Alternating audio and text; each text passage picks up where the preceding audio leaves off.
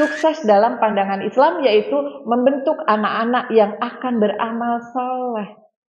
Ketika Allah mengatakan, lakukanlah amal soleh maka di dunia kamu akan aku beri kehidupan yang baik, di akhirat akan mendapatkan pahala.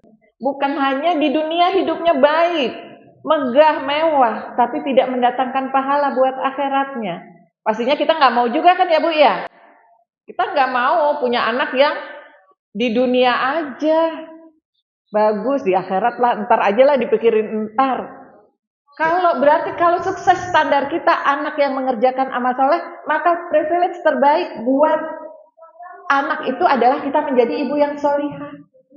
Jadi sesungguhnya ibu-ibu nggak perlu cemas, ya Bu ya, nggak perlu cemas karena menjadi ibu solihah itulah privilege terbaik buat anak-anak kita. Nggak perlu sedih kalau ibu, aduh nggak punya link ya buat masukin sekolah anak, nggak punya duit buat nyogok, bersyukur malahan.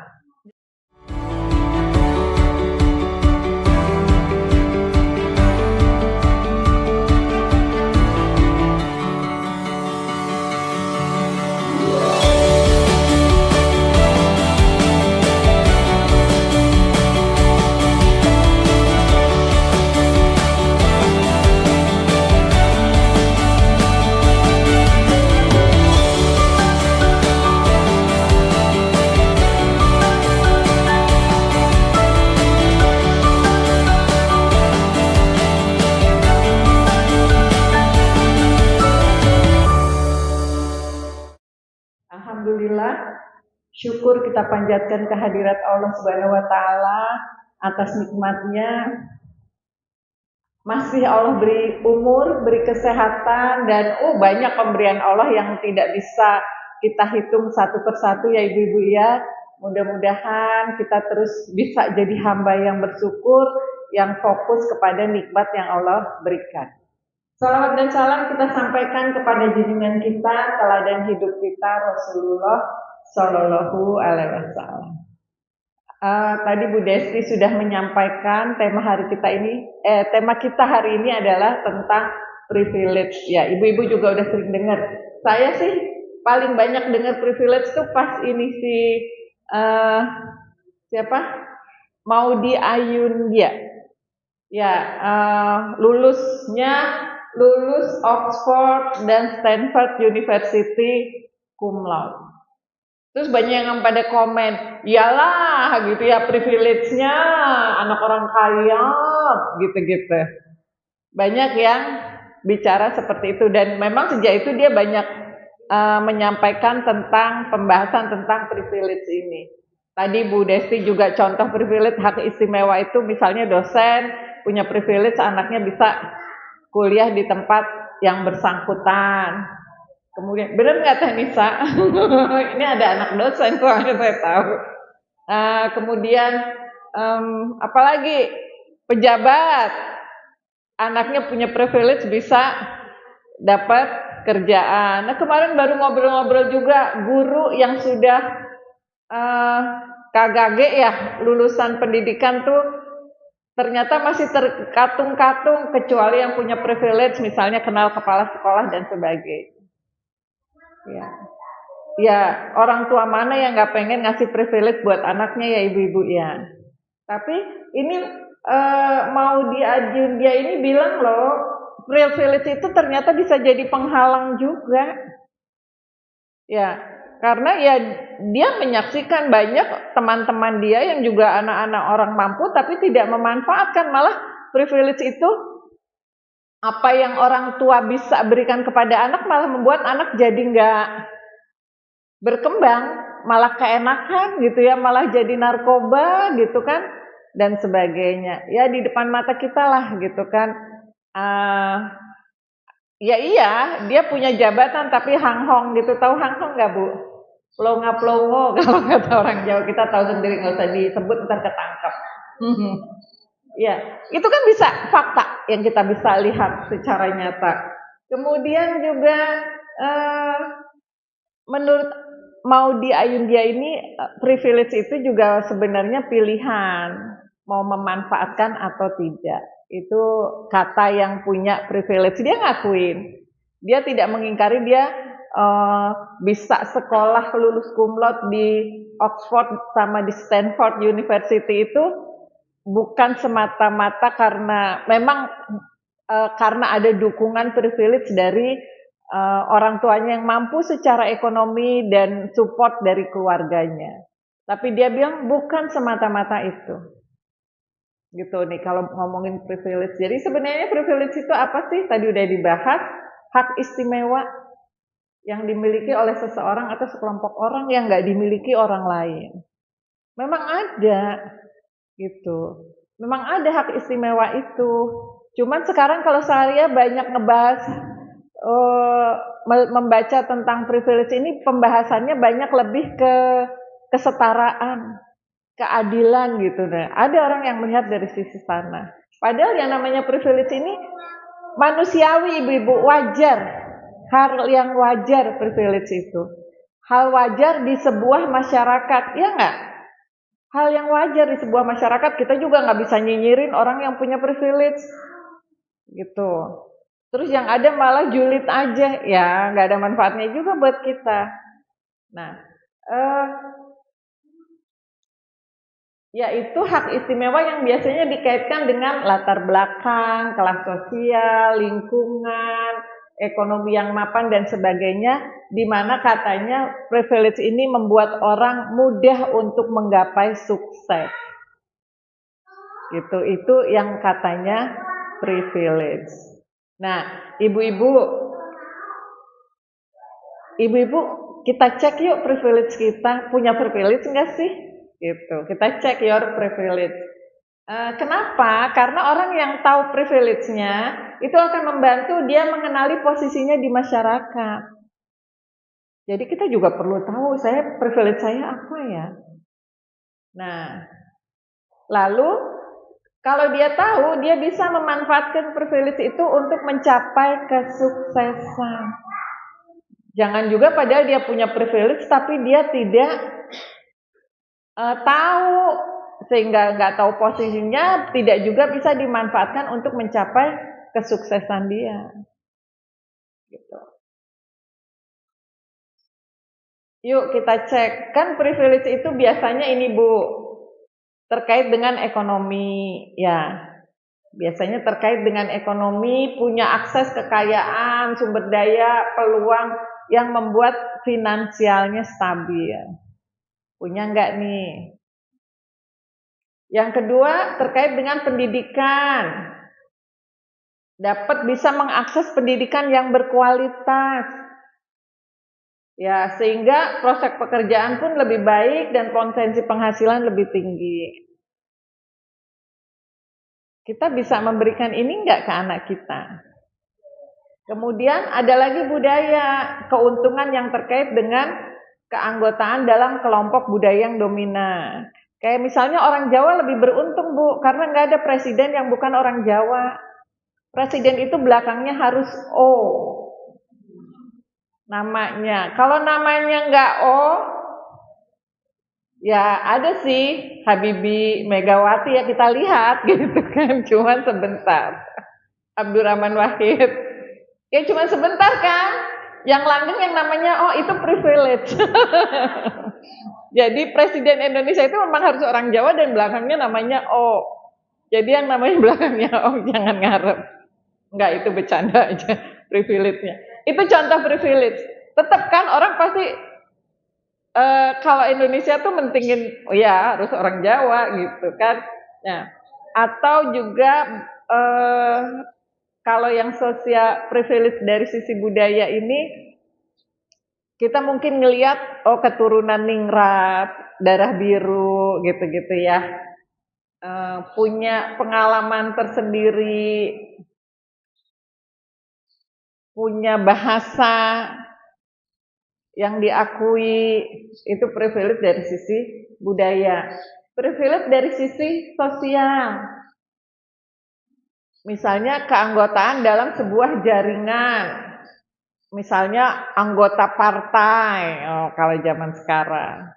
Kalau komunitas, apa komunitas? Mungkin Kalau komunitas di Indonesia belum ya.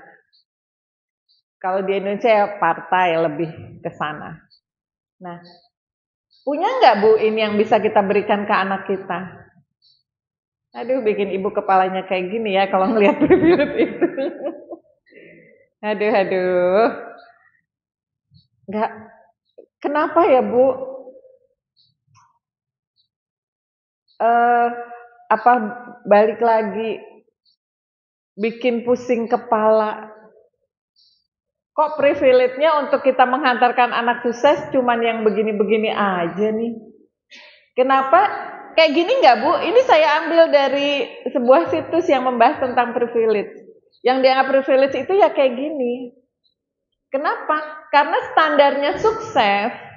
Ya, bikin ibu-ibu palanya jadi pening nih. Ya, aduh gimana ya ibu yang nggak punya privilege ya Bu ya. Sedih banget ya. Apa kita nggak bisa ngasih anak dong sesuatu. Karena standar privilege itu tadi, privilege yang dipahami ya ekonomi, terus budaya, sosial dan sebagainya, pendidikan dan sebagainya. Kenapa itu privilege yang dipahami oleh masyarakat banyak untuk mencapai kesuksesan? Karena memang standar suksesnya masyarakat kita itu adalah ini Bu, standar suksesnya materi. Ya enggak Bu? Sekarang kan standar suksesnya gitu kan, materi, punya jabatan bagus, punya kerjaan bagus, rumah bagus, mobil bagus. Itu yang dianggap sukses di masyarakat sekarang. Nah, kalau ibu-ibu sendiri, sukses menurut ibu itu yang bagaimana? Kalau sukses menurut ibu yang sama dengan masyarakat sekarang, yaitu yang rumahnya bagus, mobilnya bagus, makanya dia perlu juga memang sekolah bagus, punya lingkungan bagus dan sebagainya, itu memang kita perlu adakan. Maka sekarang pertanyaannya, sukses menurut ibu itu yang kayak apa? Apakah sama? Atau ibu punya standar sukses yang lain? Coba mari kita renungkan bersama. Ada yang mau sharing di sini? Bu, saya suksesnya ini atau iya, memang seperti itu, Bu. Yang ibu-ibu bayangkan anak ibu nanti, sukses itu yang bagaimana?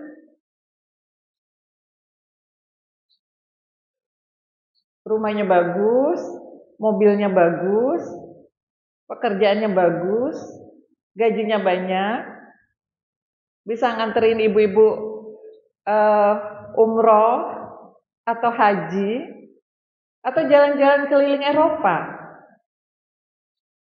Sukses yang bagaimana nih?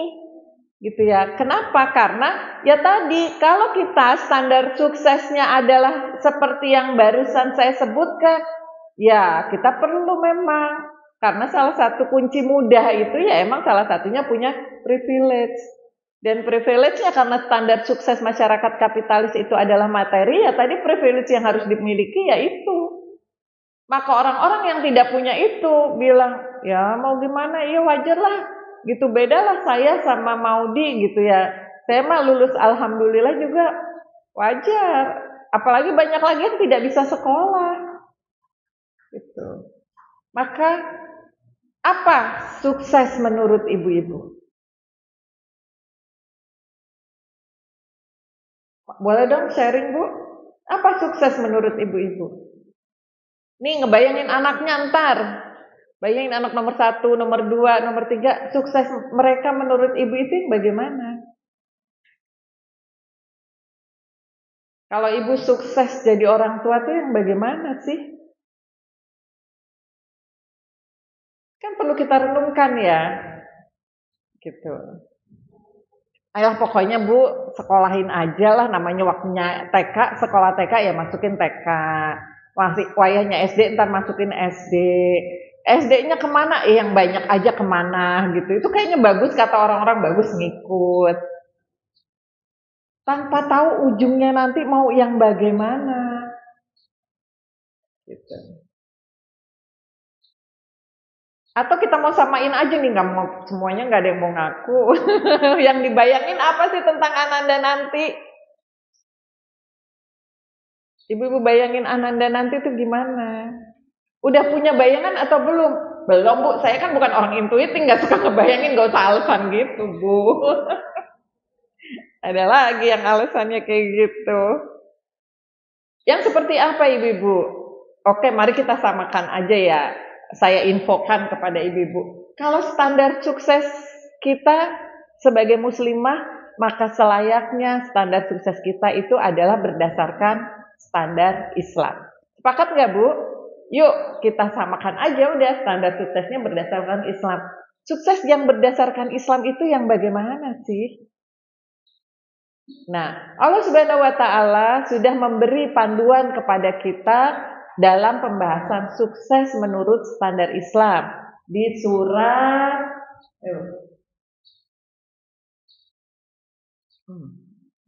di surat An-Nahl 97.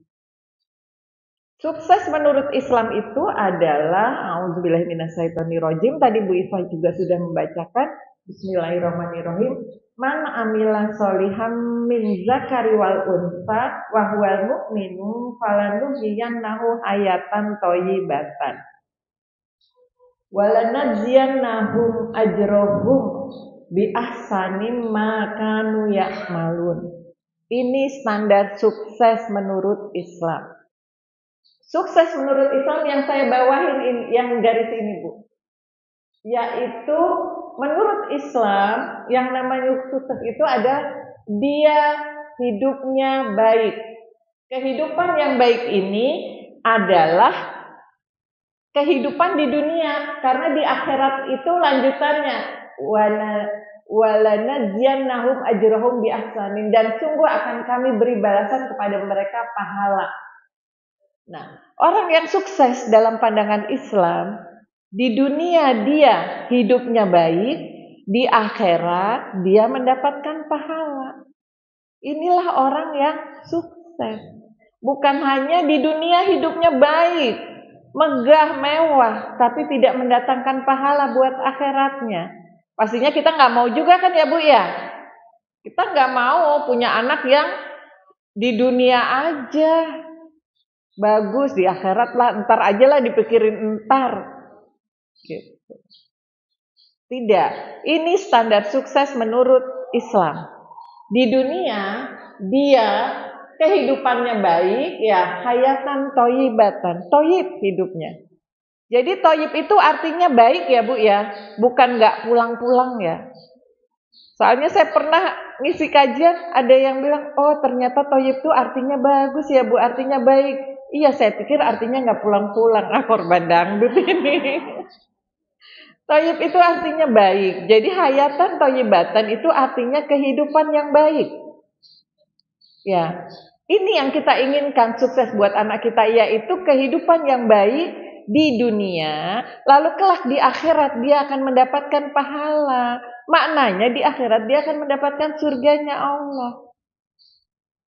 Nah, syaratnya bagaimana ini? Man itu orang. Ya, orang yang gitu ya, beramal solih. Maka sebenarnya kalau kita bahas tentang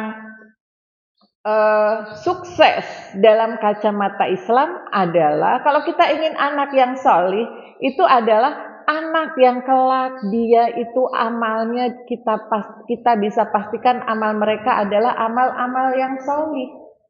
Karena janji Allah, kita tahu innallaha la tukhliful mi'ad. Allah itu tidak akan pernah mengingkari janji. Allah itu pasti akan menyempurnakan janjinya. Ketika Allah mengatakan, lakukanlah amal solih, maka di dunia kamu akan aku beri kehidupan yang baik, di akhirat akan mendapatkan pahala. Asik apa asik, Bu, punya anak yang seperti ini? Asik banget ya, hidupnya di dunia baik, dia di akhirat dapat pahala. Bisa jadi amal buat kita orang tuanya.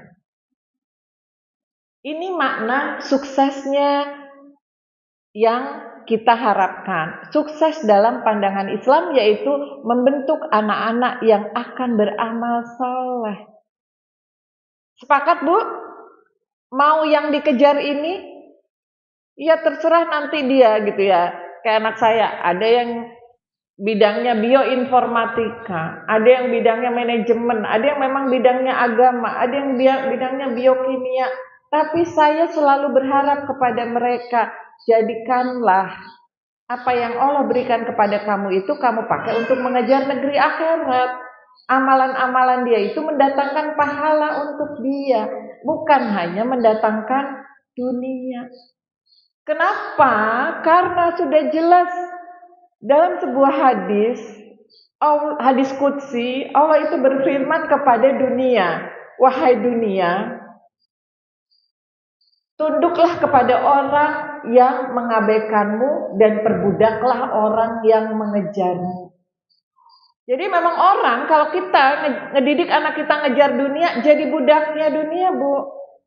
Nah, budaknya dunia, ya udah, nggak akan pernah puas. Ya kan, Bu, kadang kita nggak ngerti ya, rumahnya udah bagus, udah ini, masih korupsi miliaran. Itu kan fakta, bahwa dia diperbudak dunia. Nggak akan pernah ada rasa qanaah, nggak pernah rasa cukup. Tapi orang yang mengejar akhirat, Allah akan beri kecukupan kepada dia. Kehidupannya baik, hatinya tentram. Yang namanya kehidupan baik itu bukan semata-mata harta yang berlimpah, tapi rasa cukup yang Allah berikan. Gitu. Ini juga kita bisa evaluasi ke diri kita ya, Bu ya. Saya ini sebenarnya kehidupan saya udah baik apa enggak sih? Saya ini udah sukses belum sih menurut standar Islam? Caranya adalah tanya ke diri kita. Sudah kita merasa tentram enggak?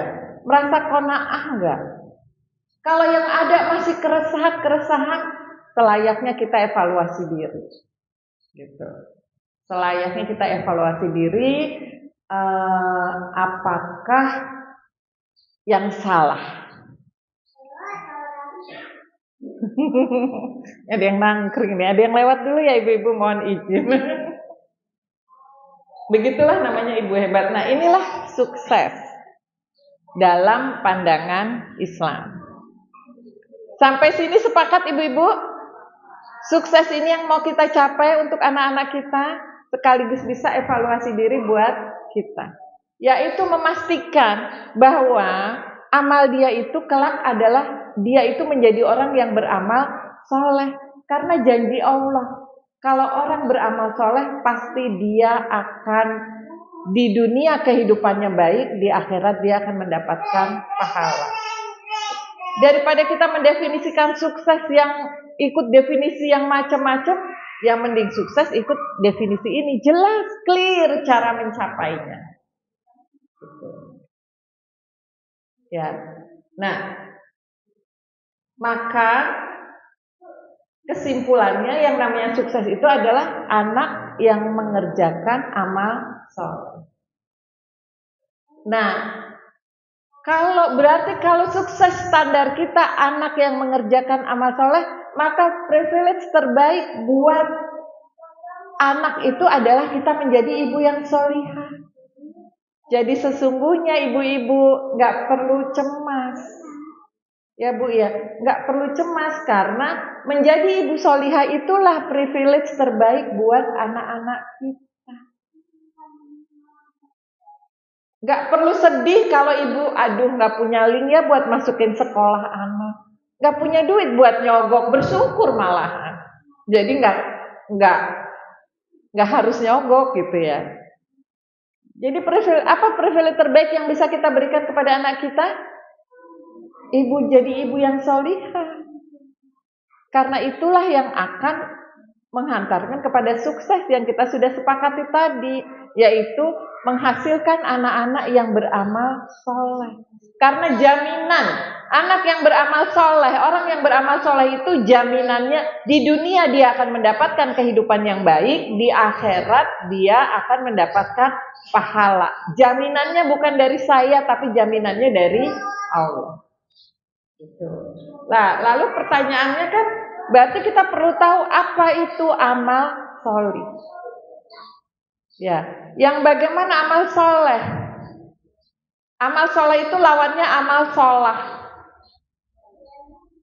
Ya, amal soleh itu yang bagaimana?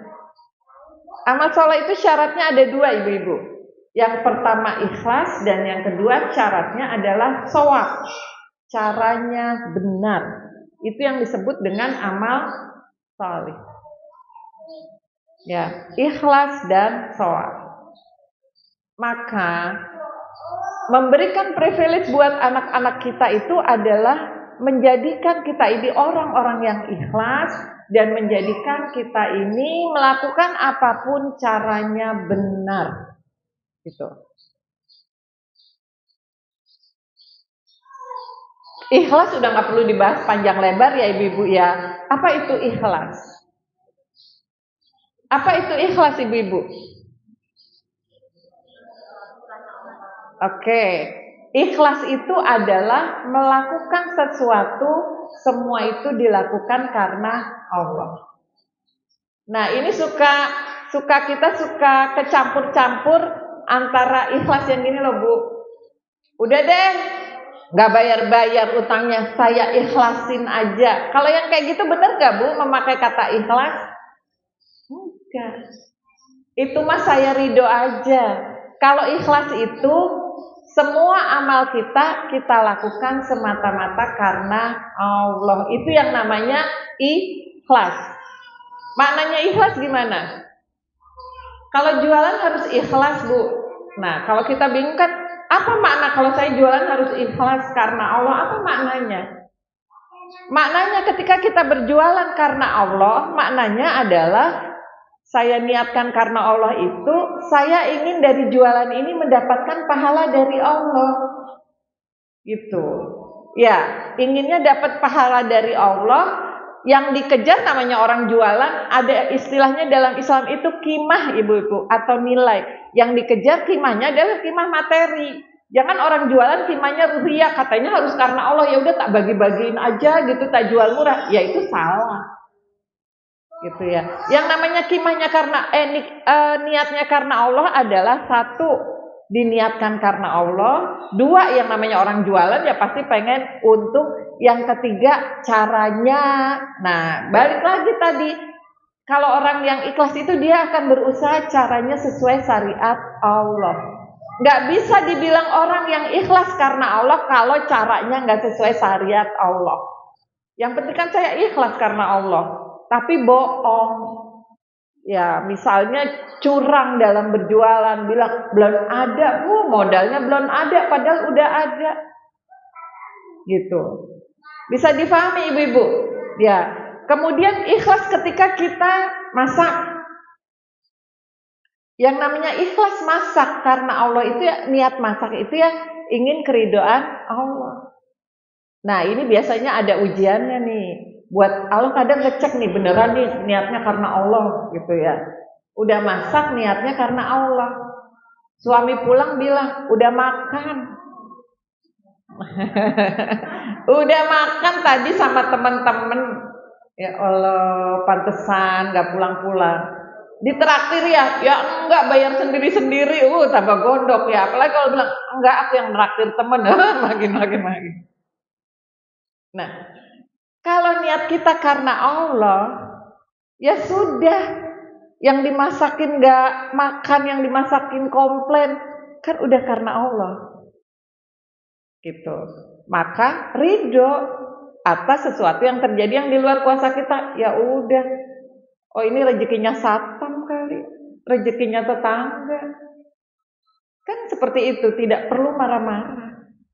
Kalau bilang boleh, emang gak boleh Bu ngomong? Boleh aja bilang, ayah aku kan udah masak, capek loh masak terus jajan di luar, mana ngejajanin orang lagi, aduh ya Allah sakitnya hatiku.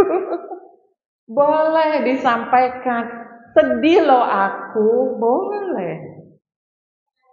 Ya, itu namanya bahasa aku nyampeinnya, bukan bahasanya nyampeinnya nyalahin. Kamu tuh ya nggak peduli perasaan istri, nggak tahu istri di rumah masak capek-capek.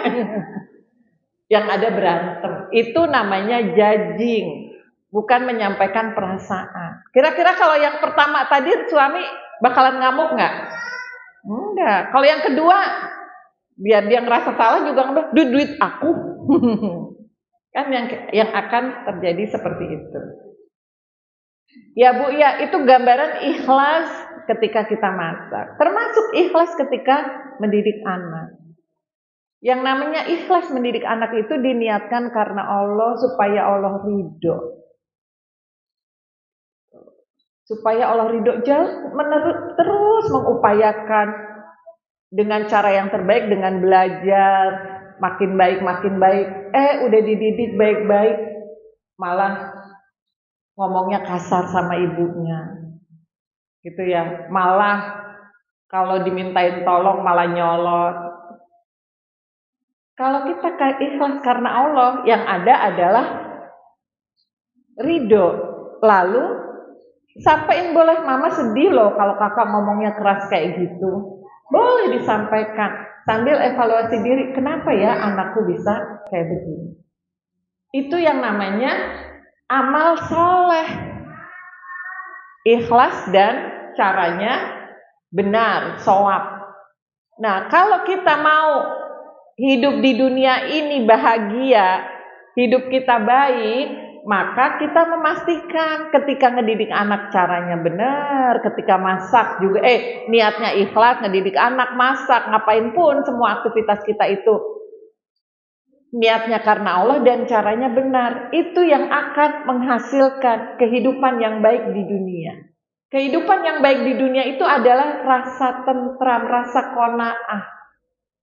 Ya contohnya tadi, kalau kita sudah amal soleh, sudah karena Allah, caranya benar, kok udah masak gak pada dimakan, ya itu tetap akan tenang. Oh ya sudah, orang aku udah dapat pahala dari Allah kok.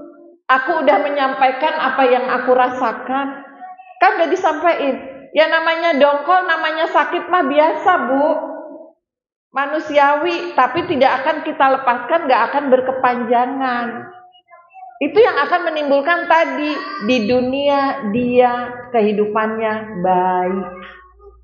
Dan orang kalau kehidupan di dunianya baik akan dimudahkan kok dalam segala hal.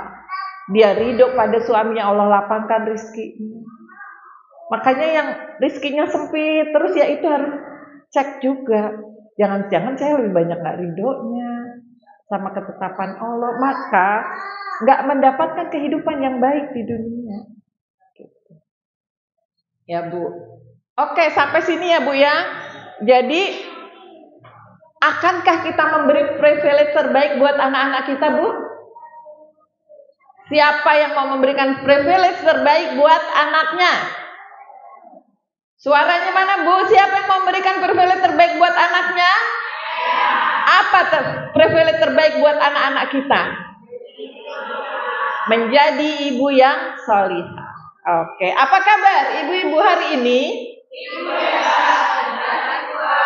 Oke, semangat ya Bu ya. Jadi ibu sholihah, itulah privilege terbaik yang akan kita berikan kepada anak-anak kita.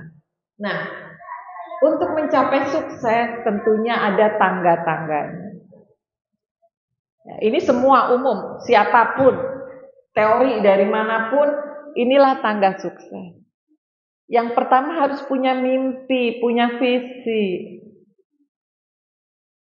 Yang kedua, punya tujuan, goal yang mau dicapai. Tuh. Kemudian yang ketiga, dia punya rencana, punya planning, punya action, dan inilah yang akan menghantarkan kepada sukses. Mau anaknya sukses, maka apa visinya? Ya, apa visinya? Gitu. Apa visinya? Mau anak sukses. Tadi kita udah tetapkan visinya adalah punya visi, punya anak yang solih.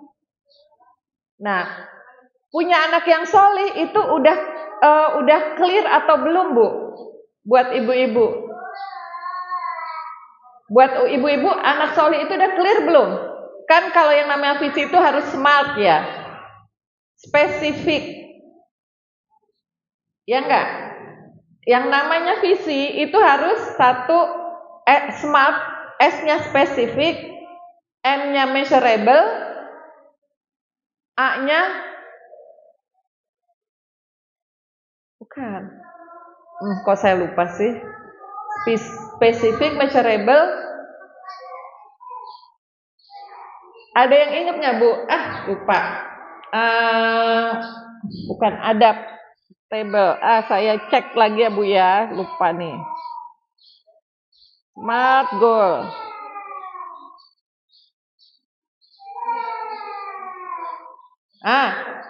Achievable. Achievable bisa dicapai relevan dengan keadaan dan terikat waktu. Terikat waktu. Ya. Spesifik nggak sih? Bukan punya anak soleh. Visinya spesifik nggak Bu? Buat ibu-ibu. Buat saya spesifik. Anak soleh itu yang setiap dia melakukan apa-apa ikhlas karena Allah, ya, dan caranya sesuai syariat Allah. Spesifik nggak itu? Clear nggak? Kebayang nggak ibu-ibu? Kebayang kan? Kemudian terukur nggak? Bisa diukur nggak anak yang ikhlas itu yang bagaimana? Yang karena Allah. Yang sesuai syariat terukur nggak? Terukur karena syariatnya jelas. Bisa dicapai nggak itu? Achievable nggak? Bisa dicapai. Relevan nggak dengan kita sebagai manusia? Relevan. Dan terikat waktu nggak? Terikat waktu di setiap keadaan. Jadi visinya adalah itu. Anak kita menjadi anak yang soleh. Nah, goalsnya, tujuannya, kita bisa tetapkan tujuan di dunia, Bu. Dan ini disesuaikan dengan anaknya. Goals itu bisa dalam bentuk cita-cita anak kita. Cita-cita anaknya itu juga dibantu untuk buat jadi smart goal. Gitu. Kalau kemarin di kelas anak hebat, ya. Kalau liburan, komunitas Ibu Hebat mengadakan kelas anak hebat, Bu. Itu anak-anak usia SMP dan SMA. Mereka diminta untuk menuliskan, mereka ditanamkan dulu ya, kenapa harus punya visi atau bintang terang atau goalsnya. Kemudian ditanamkan itu dan semua dalam bentuk permainan. Ditanamkan mimpinya, terlalu didorong untuk membuat mimpi, lalu dikasih tahu mimpi yang sesuai syariat Islam itu yang bagaimana, lalu mereka juga dibimbing untuk memulai memikirkan langkah-langkah mencapai mimpi itu.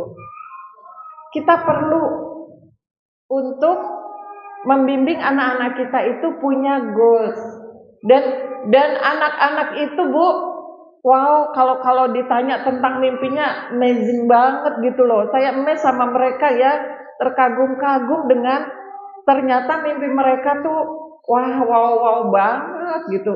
Ada yang pengen mengajarkan Islam ke masyarakat Eropa, anak SMP. Ya. Ada lagi yang ingin menjadi imam besar. Ingin jadi pakar metalurgi, itu yang saya ingat. Oh, ada lagi yang keponakan saya itu ingin jadi doktor fikih Islam, lulusan Al-Azhar. Gitu. Padahal bapaknya lu lagi bangkrut, anaknya tetap bermimpi. Bagus, saya bilang, bermimpilah. Ya. Bantu anak-anak kita untuk punya tujuan. Tanya mimpinya apa, gitu. Dan kalau sudah anak punya mimpi, nanti baru kita bikin planning, bikin rencana. Anak-anak itu dibantu untuk membuat rencana. Kalau kamu punya mimpi, maka planningnya adalah, ini kita ngomongin kalau nyontoin anak ya, belum ke kita nih, kalau nyontoin anak. Kalau kamu punya mimpi pengen jadi, pengen mengajarkan Islam ke masyarakat Eropa, ngajar Islam di Eropa. Maka apa yang itu kamu mau capai tahun berapa? Gitu. Untuk mencapai itu apa saja yang diperlukan?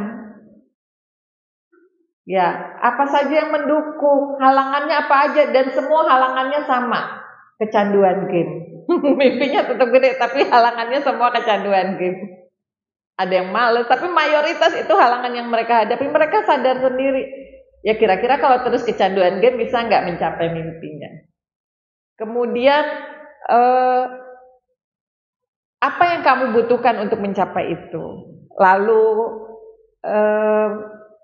ditanyakan juga, maka untuk mencapai itu tahun depan kamu harus bisa apa? Dan dia bilang akhirnya, tahun depan aku harus hafal 30 juz. Oke. Berarti bulan ini apa targetnya? Hafal sekian juz. Berarti tiap hari perlu menghafal berapa? Itu contoh. Ya, contoh kita bisa bantu anak bikin planning. Lalu pastikan dia melakukan action. Itulah kunci sukses. Jadi kunci sukses itu nggak cuma satu. Nah itu kalau goalsnya ya, kalau tujuannya. Nah nanti dengan tujuan kamu itu jadi apapun itu, pastikan kamu mendapatkan di dunia kamu hidup merasa bahagia. Di dunia kamu hidup kamu itu baik, hayatan thayyibatan, kehidupan kamu baik, dan di akhirat kamu mendapatkan pahala. Ada lagi yang visinya adalah ingin menjadi pengusaha. Nah itu dikejar. Pengusaha apa? Nah kalau pengusaha pengen jadi pengusaha apa? Jualan game. Apakah itu bisa menghantarkan kamu kepada akhiratmu? Mikir kan akhirnya. Karena kita udah di depan udah dikasih. Gitu loh. Bahwa kalau kamu mau baik itu di dunia akan membawa kebaikan bagi kamu, di akhirat dapat pahala. Dan bisa dijelaskan, ketahuilah nak, ketika di akhirat nggak dapat pahala, jangan ngarep di dunia hidupmu baik. Ibu-ibu jangan ngira yang rumahnya bagus, yang itunya bagus, hidupnya baik-baik aja. Penuh goncangan ketika itu tidak dipakai untuk mengejar negeri akhiratnya. Nggak ada rasa qanaah.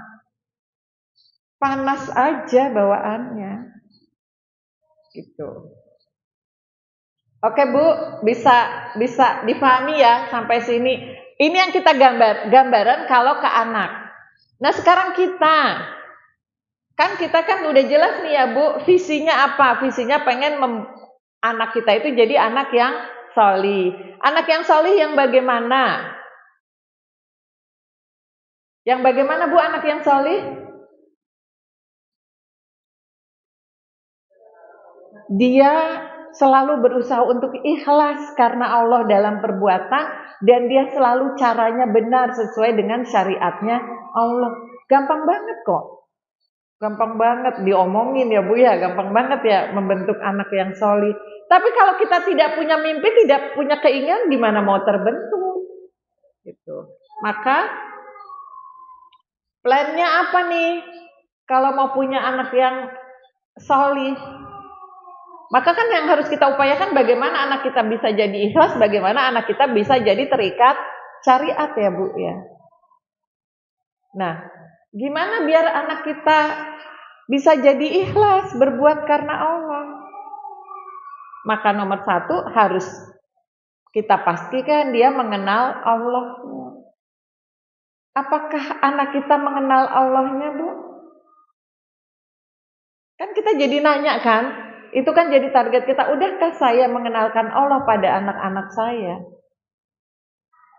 Gitu. Sholat. Untuk apa sholat? Gitu. Kan kalau sekarang ini kebalik Bu. Jadi anak-anak itu dikenalkan dengan syariatnya dulu. Bukan akidahnya, bukan untuk apa saya sholat. Puasa ya, besok puasa. Teman-teman kamu udah pada puasa seharian. ditekankan syariatnya, pakai kerudung, biar cantik. Tuh kan cantik kan kalau pakai kerudung kan? Gitu. Peraturan dari sekolah, kalau mau sekolah di TK situ ya harus pakai kerudung. Itu yang sekarang lebih dominan. Karena itu yang kelihatan. Padahal untuk apa itu semua dilakukan? Untuk Allah. Maka seharusnya kita kenalkan Allah dulu. Maka Islam memerintahkan ketika bayi lahir jebret. Lahir itu jebret apa jerot? Bagaimana Bu Bidan? Lahir itu gimana bunyinya? Ya pokoknya bayi lahir jerat gitu, yang diperintahkan apa? Diazankan dan dibacakan iqomat. Itu apa yang pertama harus kita ajarkan pada anak-anak? Akidah, mengenalkan Allah, mengenalkan Rasulnya. Begitu lahir, tapi jangan cuma pas lahiran doang. Seharusnya Allah ini dikenalkan di setiap waktu. Ya, Bismillah. Dengan nama Allah. Alhamdulillah ya Allah kasih rizki kita nih, asinya adek banyak. Asinya bunda yang banyak ya. Asinya bunda banyak, rizki adek banyak. Terus diucapkan. Seberapa sering kita mengenalkan Allah kepada anak-anak kita. Itulah yang pertama, kalau pengen punya anak yang ikhlas, kenalkan Allah itu ada. Oke Bu? Kenalkan Allah itu ada, yuk mulai sekarang. Sehari harus lebih dari 3 kali, harus banyak kali. Mengenalkan Allah, Bismillah ya Allah, dengan namamu aku mau nyapu. Bismillah mau pakai baju, ya Allah Alhamdulillah dikasih baju yang bisa, dikasih rizki, bisa beli baju yang bagus. Alhamdulillah ya Allah dikasih anak yang ganteng. Seberapa sering kita mengenalkan Allah kepada anak-anak kita dengan menyebutkan kalimat thayyibah. Kalau perlu pakai arti. Ya, Masya Allah, cantiknya anak bunda. Ya Allah, Alhamdulillah, senangnya. Bersyukur. Seberapa sering kita memperkenalkan Allah. Bagaimana anak-anak kita mau jadi anak yang ikhlas kalau kita tidak kenalkan dia kepada siapa dia harus meniatkan amal perbuatannya. Itu yang pertama. Kemudian yang kedua, latih untuk ikhlas. Latih ikhlas gimana kalau ke anak-anak masih kecil? Udah mudeng apa belum ya? Ya terserahlah mudeng apa enggak. Tapi tugas kita adalah melatihkan, menanamkan. Gitu, bantuin bunda ya dek, gitu. Dek tolong ambil ini, terima kasih ya dek, karena Allah ya dek ya bu.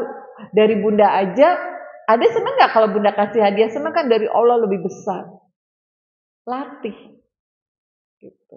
Kalau anaknya ngomel, nah diikhlaskan karena Allah.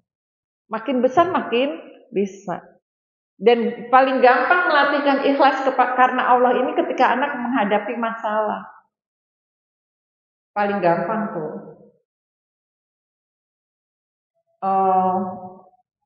Aku udah kasih permen sama temenku, tapi dia malah nggak temenin aku. Nah, gampang itu. Kalau ibunya memang pengen punya anak yang anaknya beramal sholih, anak yang terbiasa ikhlas. Oh kakak sudah kasih, iya karena Allah kan ya tadi ngasihnya ya, walaupun dia bisa jadi bukan karena Allah, tapi kita memang perlu mengafirmasi karena Allah kan udah dapat pahala kak. Udah dapat pahala dari Allah, kakak tadi ngasihnya karena Allah temennya. Gitu. Nah kalau temennya nggak mau nemenin kakak, tidak apa-apa, udah dapat pahala. Tapi aku pengen main sama dia, kakak udah bilang belum pengen main sama dia? Belum, ya bilang dong. Atau udah, kenapa ya dia nggak mau main sama kakak? Kita tanya yuk, ajak anak. Ajak anak, itu kan melatih anak untuk kecerdasan bersosialisasi. Ya, untuk melakukan klarifikasi bukan asumsi. Zaman sekarang ini orang kita ini lebih banyak berasumsi. Kalau ada tetangga lewat cemberut, kenapa ya? Emang dasar dia asumsi. Gitu kan kita bisa nanya, ibu apa kabar? Kok tumben cemberut lagi ada masalah bu? Kan enak lah klarifikasi. Udah jangan baper duluan. Ya, jangan berasumsi. Bapaknya dari tadi bete aja. Jangan berasumsi, mendingan klarifikasi. Anaknya disuruh ngapain? Nah, pengalaman saya jelas bu. Karena sering berasumsi, nggak melakukan klarifikasi, akhirnya itu melukai. Ya alhamdulillah anaknya ngomong, gitu ya. Umi itu kerjaannya nuduh.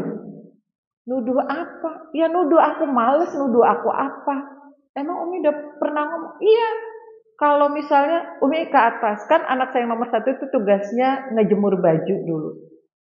Kalau Umi ke atas, ngelihat baju belum dijemur udah langsung ngomel. Enggak, udah langsung ngomel, udah langsung enggak bertanggung jawab sama tugasnya, males apa. Umi nggak pernah nanya, aku kenapa belum ngerjain. Padahal aku lagi ngerjain PR loh waktu itu. Gitu. Padahal aku kepalanya lagi pusing loh. Kebiasaan berasumsi. Jadi suuzon.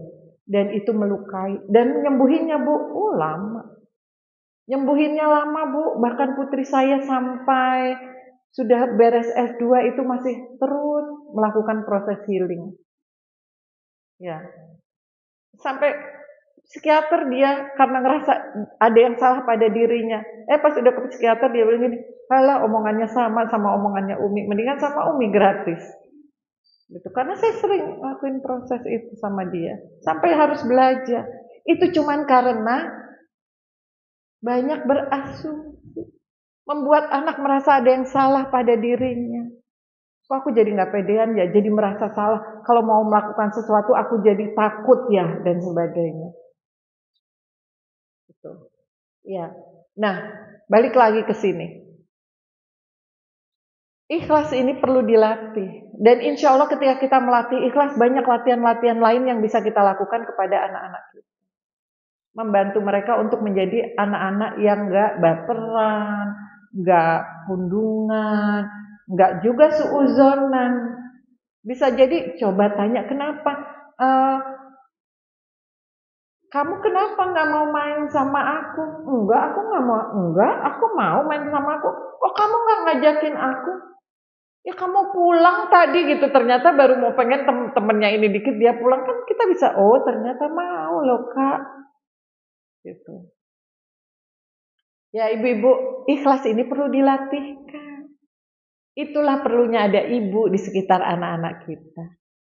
Ya, kalau saya lebih percaya dengan tidak semata-mata quality time katanya ibu-ibu. Yang penting kualitasnya. No, buat saya kuantitas itu juga harus. Bela-belain ada di sekitar mereka. Sehingga nanti ketika mereka tahu kemana mereka perlu berbagi terhadap masalah yang mereka hadapi. Bukan kalau punya masalah diumpetin, ibunya nggak tahu. Dan ini terjadi juga di dunia kerja akhirnya. Ketika dia melakukan kesalahan, dia umpetin. Bukannya dia, maaf ya, ini aku yang bikin salah, jadi kayak gini, ngerugiin teman-teman, maaf ya. Kan kalau kayak gitu enak ya. Tapi kalau dia umpetin, akhirnya saling, ayo ini siapa nih yang salah nih, ini siapa nih yang bikin kayak gini. Bikin rusak suasana kerja. Siapa yang bisa membantu itu? Kita, melatih mereka. Latih anak kita untuk ikhlas. Udah belajar nilainya jelek. Kan kakak belajarnya udah karena Allah kan? Kan? Gitu ya. Udah karena Allah walaupun mereka belum, kita latih mereka. Udah karena Allah kan insya Allah dapat pahala kak. Kok nilainya tetap kurang ya kak? Hasilnya tetap jelek ya kak ya? Ya sudah, ini yang terbaik dari Allah, ridho ya nak ya. Latih. Ini kemampuan untuk membuat anak sehat mental. Orang tua juga harus dimulai dari orang tua yang sehat mental. Ridho ya nak ya.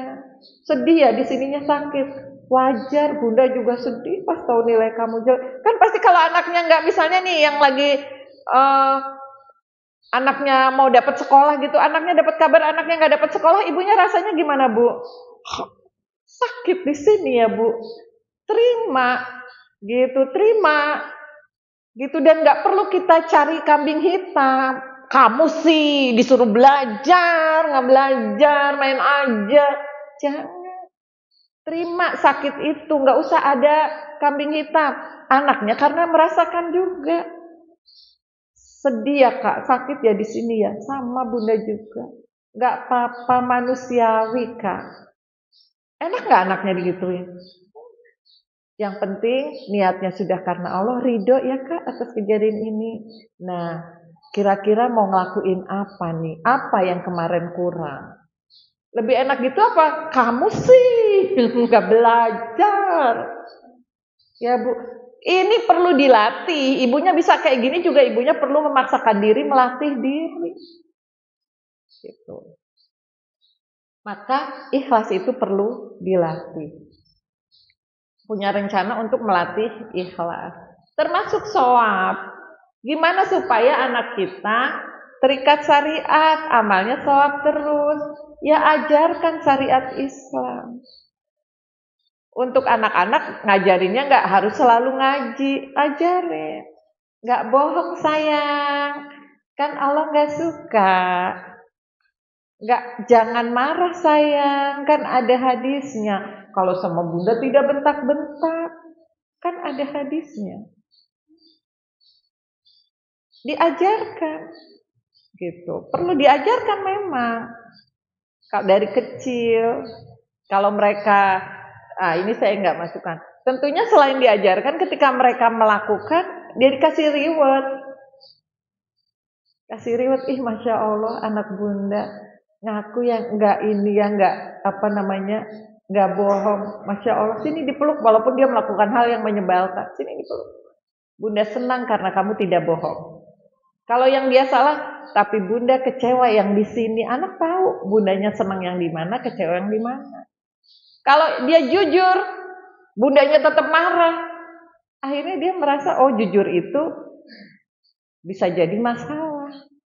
Gitu. Ini kecerdasan mental seorang ibu di sini Bu. Gitu ya. Maka setelah kita ajarkan syariat, jadi kalau ngajarin syariat itu ya dengan penuh kasih sayang, bukan dengan marah. Pakai kerudung Dek, dan niatkan karena Allah. Makanya sering ini jangan cantik tuh kan, kamu kalau pakai kerudung cantik kan, orang pada seneng. Nggak, jangan sekedar itu, boleh aja. Masya Allah, cantik kalau pakai kerudung. Niatkan karena Allah ya Dek ya. Sudahlah, tambah cantik, dapat pahala dari Allah lagi. Karena kalau cuma dibilang cantik-cantik, ketika ada orang komen, nggak cantik, aneh kamu kalau pakai kerudung. Kayaknya kamu cantikan kalau nggak pakai kerudung deh. Kan ada aja temennya yang jadi setan ya Bu ya. Bisa jadi akan ketemu, kamu ternyata cantik banget kalau nggak pakai kerudung. Wah itu goyang itu. Ya, ajarkan syariat Islam. Kemudian latihkan tentunya. Dilatih juga. Dan perhatikan tahapan perkembangan anak. Tadi sudah saya sampaikan. Ibu-ibu, anak usia dini itu yang Allah perintahkan kepada mereka itu ditanamkan lebih utama adalah akidah. Ya kan, perintahnya untuk azani dan iqomat berarti akidah. Kemudian Imam Ali berpesan 0 sampai 7 tahun jadikan dia raja. Maknanya apa menjadikan anak raja ini? Yaitu memuliakan anak kita. Bagaimana cara memuliakan anak? Memuliakan anak kita dengan cinta. Itu tugas kita di 0 sampai 7 tahun. Baru 7 sampai 14 tahun jadikan dia tawanan. Rasulullah berpesan 7 tahun ajarin sholat. 10 tahun kalau belum mau sholat, pukul dengan pukulan yang ghairu mubarrih, yang tidak menyakiti. Itu standarnya. Jadi nggak boleh nih makain kerudung sebelum 7 tahun. Boleh. Ya, memperkenalkan boleh, tapi jangan sampai menghilangkan kasih sayang yang mendominasi.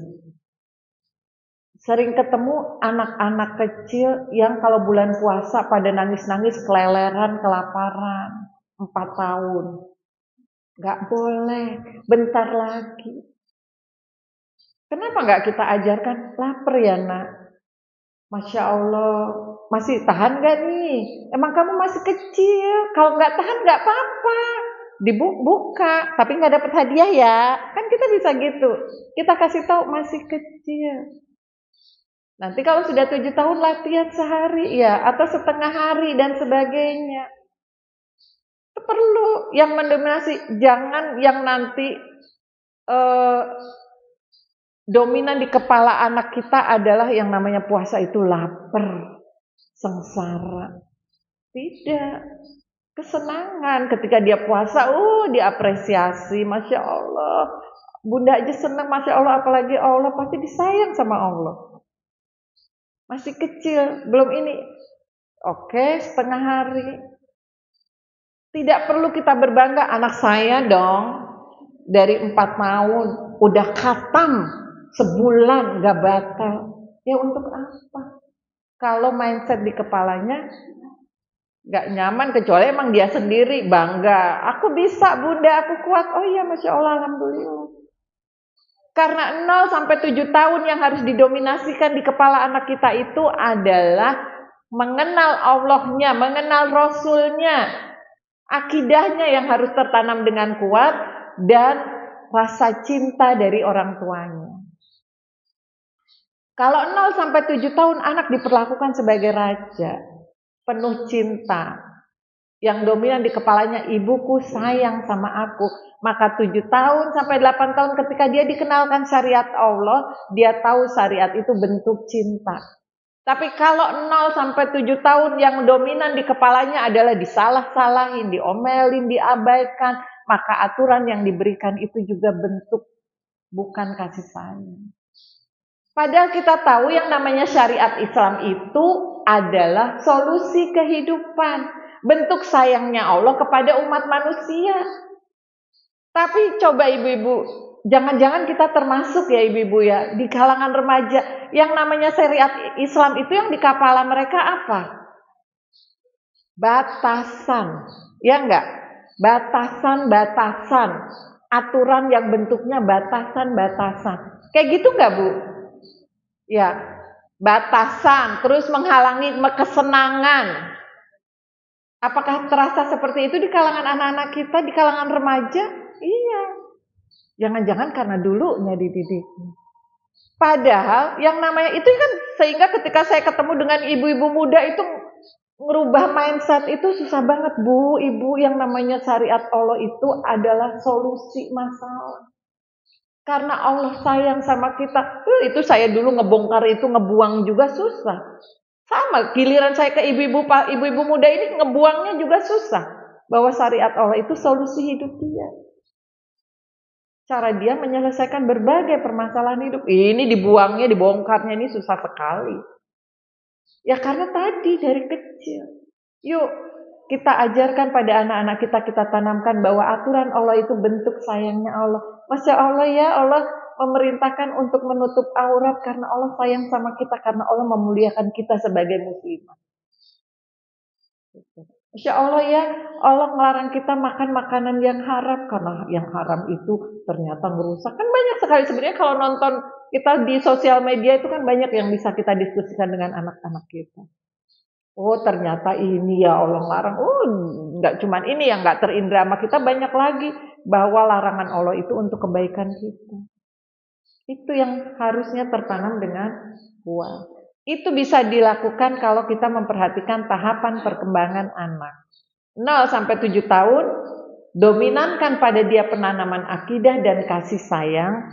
Baru 7 sampai 14 tahun, syariat-syariat itu ditanamkan dengan ketat. Hingga ketika usia 14 tahun jadi bestie, saling ngingetin. Umi itu Mi, rambutnya kelihatan, bestie. Gitu. Akan jadi bestie. Saling mengingatkan itu kalau prosesnya. Ada lagi bapak-bapak yang bilang gini, anak saya ini udah waktunya dijadikan tahanan. Terus istrinya bilang, Bu, tapi waktu umur 0 sampai 7 tahun, dari dulu bapaknya ya galak kayak begitu. Lalu saya tanya aja, Pak, kira-kira 14 tahun bisa nggak dia jadi bestinya bapak? Kalau pengasuhannya kayak gini. Sekarang baru 8 tahun aja udah bangkang terus. Iya makanya memang karena dia bangkang harus dijadikan tawanan. Kalau 0 sampai 7 tahunnya beres, dikasih aturan-aturan itu dia nikmati. Karena dia tahu itu bentuk sayang orang tua. Gitu. Itu saya ketemu Bu, bapak-bapak yang ngeyel gitu. Ngerasa bahwa sudah saatnya. Kata Imam Ali ini loh, iya emang benar kata Imam Ali-nya nggak salah. Itu tapi 0 sampai 7 tahunnya dijalanin nggak? Dipenuhi cintanya nggak? Maka sesungguhnya anak-anak yang bermasalah itu adalah anak-anak yang tabung cintanya bocor. Anak-anak yang seharusnya orang tua itu membayar hutang pengasuhan. Jadi kalau ada anaknya bermasalah, oke, kita lihat masalahnya di mana. Kita balik lagi ke sini. Kita sudah punya rencana, kemudian ikhlasnya bagaimana, kemudian swapnya bagaimana, lalu actionnya apa? Ya udah, actionnya dikerjain dan jangan lupa action terbaik itu adalah menjadi toladan buat anak-anak. Gitu. Ya Bu ya, actionnya ya jadi toladan. Maka kalau kita jalankan itu semua, insya Allah anak akan sukses. Target kita untuk anak kita menjadi anak yang beramal soleh bisa dicapai. Mau jadi apapun dia, status dia adalah anak yang soleh, yang amalnya selalu ikhlas karena Allah dan caranya benar. Itu ibu-ibu. Jadi ibu-ibu, privilege terbaik apa yang akan kita berikan untuk anak-anak kita? Menjadi ibu yang solehah. Mangga Bu Destri.